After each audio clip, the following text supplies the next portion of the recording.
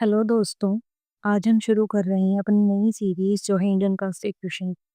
अगर आप इस सीरीज़ को स्टेप बाय स्टेप फॉलो करेंगी तो आपका कॉन्स्टिट्यूशन का कंसेप्ट क्रिस्टल क्लियर हो जाएगा। तो चलिए शुरू करते हैं। हमारा कॉन्स्टिट्यूशन एक दिन में नहीं बना, इससे पहले तो इंडिया में अलग-अलग लीगल सिस्टम और गवर्नेंस स्ट्रक्चर्स थी जो टाइम के साथ इवॉल्व होते हैं। और इन्हीं एक्सपीरियंस, स्ट्रगल्स और रिफॉर्म का रिजल्ट था हमारा फाइनल कॉन्स्टिट्यूशन, जो 26 जनवरी 1950 से लागू हुआ। ये तो हम सब जानते ही हैं कि इंडिया का कॉन्स्टिट्यूशन वर्ल्ड का लार्जेस्ट कॉन्स्टिट्यूशन है, और जो कि हमें मिला है डॉक्टर बी आर अम्बेडकर की हेल्प से। फ्रेमर्स ने बेस्ट प्रैक्टिसेस को अडॉप्ट किया है, इंडियन रियलिटीज को ध्यान में रखकर बैलेंस सिस्टम बनाया है। तो चलिए अब बात करते हैं एंशियंट टाइम्स की, मतलब पुराने टाइम्स में क्या होता था। सबसे पुराने टाइम में हमारा लीगल सिस्टम धर्म, समृद्धि जैसे मनुस्मृति और लोकल कस्टम पर बेस्ड था। जैसे गाँव है, गाँव में पंचायत होती थी, एक सरपंच होता था, वो तो अब भी होता है। एक सरपंच होता है जो कि अ, कोई भी डिसीजन लेता है, तो पूरे गाँव वाले उसको मानते हैं, फॉलो करते हैं। लेकिन कोई सेंट्रलाइज़ जैसे लेजिस्लेचर, एग्जीक्यूटिव, जुडिशरी ऐसा कोई भी मॉडल नहीं था। बस वो अपने ही रूल्स से वही लोकल कस्टम उन्होंने बना रखी थी, उन्हीं को वो फॉलो करते थे और उन्हीं के हिसाब से वो चलते थे। कोई फॉर्मल ऐसा कुछ नहीं था, फॉर्मल लॉज़ वगैरह।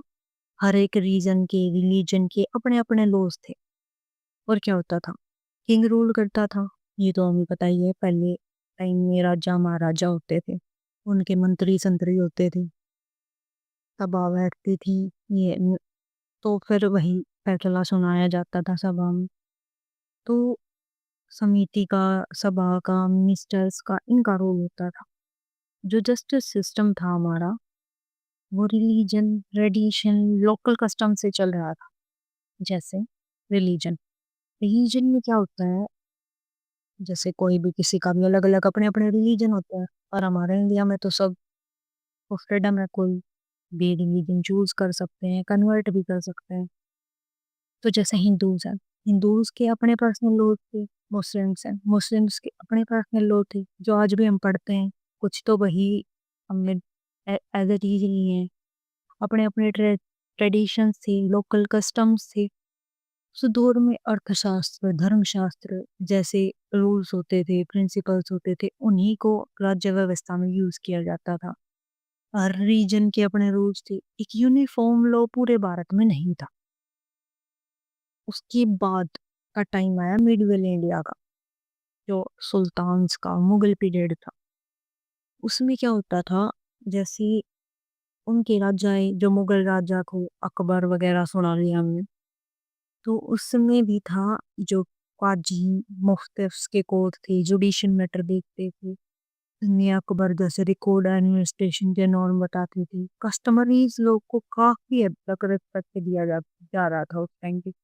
पर ऑल इंडिया लेवल पे फिर भी कोई कोड एग्ज़िस्ट नहीं करता था।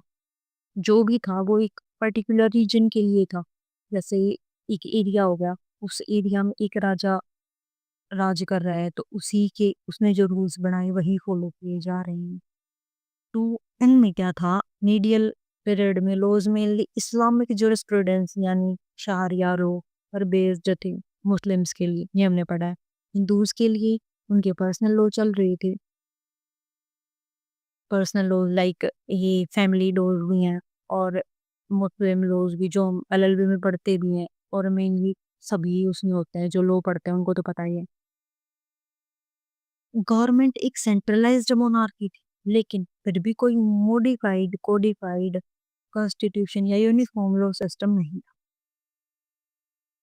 जो हमारा कॉन्स्टिट्यूशन था वो जब बना, मतलब आए ब्रिटिश की हेल्प से, ब्रिटिशर्स ने लॉ को बनाया, उसके बाद ही एक सिस्टम वे में हमारे पास एक लॉज आए। कोर्ट बनी, सबसे पहले ब्रिटिशर्स ने ही कोर्ट्स को बनाया था, वो भी हम आगे देखेंगे। ये सब हम एक हिस्ट्री के बेस पे बता रही हूँ, क्योंकि देखो कॉन्स्टिट्यूशन हिस्ट्री से ही कॉन्स्टिट्यूशन बॉडी बनी है। क्योंकि जो भी रूल्स है वो एकदम से तो बना नहीं दिए गए। ये रूल्स पहले से कुछ थे, कुछ कस्टम्स थे, उनको देख के बनाए गए हैं। तो ब्रिटिश पीरियड में क्या हुआ था, पहली बार सेंट्रलाइज लीगल स्ट्रक्चर आया था, रेगुलेटिंग एक्ट आया 1773। पिट्स इंडिया एक्ट 1784 आया और कुछ बॉडीज बनाई गई जैसे लेजिस्लेटिव, एग्जीक्यूटिव, जुडिशरी। इनका कंसेप्ट है स्ट्रक्चर्ड फॉर्म में देखने को मिला हमें। इनकी पावर्स डिफाइन हुई। इस पीरियड में मेजर कोडिफिकेशन हुई, कुछ एक्ट्स भी दिए इन्होंने। और कॉन्स्टिट्यूशन को फिर हम देखें तो ब्लूप्रिंट यहीं से आया है ब्रिटिश के टाइम से, क्योंकि उससे पहले तो सबके अलग अलग पर्सनल लॉज थे, एक लॉज नहीं था। जो हमारा कॉन्स्टिट्यूशन है वो सिर्फ एक लीगल डॉक्यूमेंट नहीं है, ये मदर है ऑल लॉज की। भारत का हर एक लॉ इसी कॉन्स्टिट्यूशन से अपनी वैलिडिटी लेता है, क्योंकि 1915 में लागू हुआ था हमारा कॉन्स्टिट्यूशन। इसमें 395 आर्टिकल्स, 22 पार्ट्स और 8 शेड्यूल्स थे। लेकिन अभी तो बहुत टाइम हो गया है, तो इसमें चेंजेस आए अमेंडमेंट से। तो अभी हमारे पास 470 आर्टिकल्स, 25 पार्ट्स और 12 शेड्यूल्स हो गए हैं। और एक इंटरेस्टिंग फैक्ट, ये तो मैंने पहले बताया था, दुनिया का सबसे लंबा रिटन कॉन्स्टिट्यूशन हमारा इंडिया का ही है। और इसमें लगभग कॉन्स्टिट्यूशन में 1,45,000 वर्ड्स हैं, जो किसी भी नेशनल कॉन्स्टिट्यूशन से सबसे ज्यादा है। हमारे भारत के लॉ कॉन्स्टिट्यूशन में गवर्नमेंट कैसे चलेगी, सिटीजन के राइट, ड्यूटी, पावर्स का मिसयूज कैसे रोका जाएगा, सब कुछ बताया गया है। और अब तक इसमें 106 टोटल अमेंडमेंट्स आई हैं।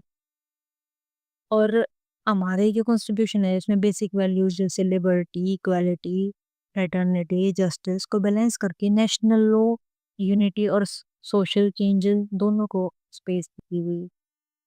अब आगे समझते हैं। देखो, कॉन्स्टिट्यूशन को समझने का एक सिंपल वे है, इसे सोल और बॉडी में डिवाइड करके सोचो। सोल का मतलब हमारे वैल्यूज, आइडियल्स और फिलोसफी, यानी कॉन्स्टिट्यूशन की असली जान। ये मेनली रिफ्लेक्ट होती है फंडामेंटल राइट्स और ड्यूटीज से। फंडामेंटल राइट्स, बेसिक राइट्स जो और सिटीजन्स को मिलते हैं, जैसे equality, freedom, protection from exploitation और कॉन्स्टिट्यूशनल रेमेडी जो आर्टिकल 19 में हम पढ़ते हैं। उसके बाद होते हैं directive principles of safe policy, government के लिए गाइडलाइंस वेलफेयर स्टेट बनाने के लिए, जैसे education, public health, social justice. Directive principles हैं। अगर डायरेक्टिव प्रिंसिपल ना हो तो फिर हम गवर्नमेंट को बाउंड थोड़ी कर सकते हैं किसी भी एक्ट के लिए। इन्हीं से तो वो बाउंड होती है काम करने के लिए। और सोल की इम्पोर्टेंस देखो क्या है। अगर फंडामेंटल राइट्स ना हो तो सिटीजन अपने राइट्स को प्रोटेक्ट कैसे कर पाएगा। अगर डायरेक्टिव प्रिंसिपल ना हो तो गवर्नमेंट के पास डेवलपमेंट का रोड मैप नहीं होगा। और अगर ड्यूटीज ना हो तो सिटीजन सिर्फ राइट मानेगा, जिम्मेदारी निभाने का सोचेगा ही नहीं। इसीलिए सोल कॉन्स्टिट्यूशन का गाइडिंग लाइट। अब देखते हैं बॉडी। बॉडी का मतलब क्या होता है।